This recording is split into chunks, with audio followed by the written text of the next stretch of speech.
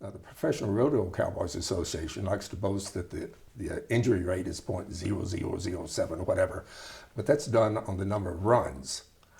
I have copies of 4 injury reports from the PRCA, the early 2000s, in which, on average, an animal is injured or killed at 57% of their rodeos. That's an extraordinarily different statistic from the other. Back in 1995 at the California Rodeo in Salinas, I saw 5 animals killed in one weekend. 3 horses, broken leg, heart attack, broken neck, a steer with a broken neck, and my favorite, a calf and a jerk down suffered a broken back. They did not euthanize that animal. They sent him off to slaughter. It took 2 days.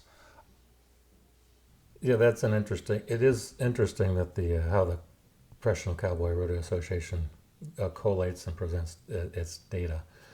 Using injuries or death or mortality as outcomes for animal welfare or animal care is a very bad misrepresentation of epidemiology or statistics or data collection or data presentation. So for every animal that dies, there are going to be many animals that are at various levels near death. So there would be a lot of discomfort or distress or injury.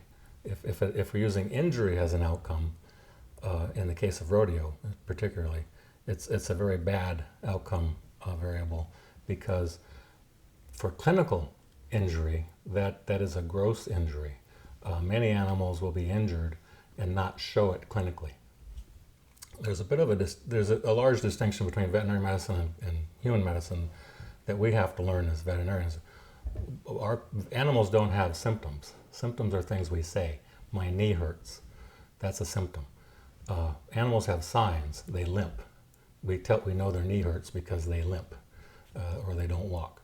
So for a calf or a cow or any of the animals in the rodeo being prey animals to show an injury, they have to be very severely injured because they are prey animals and they will not show it.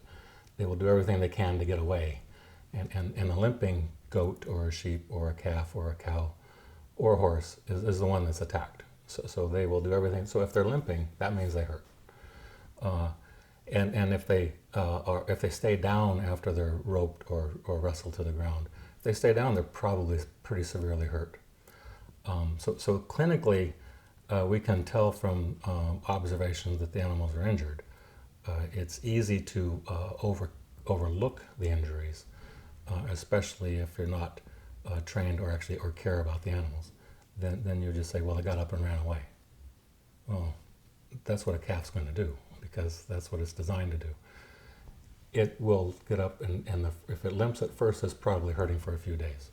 There will be more injuries, and the severity will be more than are reported in the PRCA data set. That is that data set would never be publishable or believed in any veterinary class. It's unusable.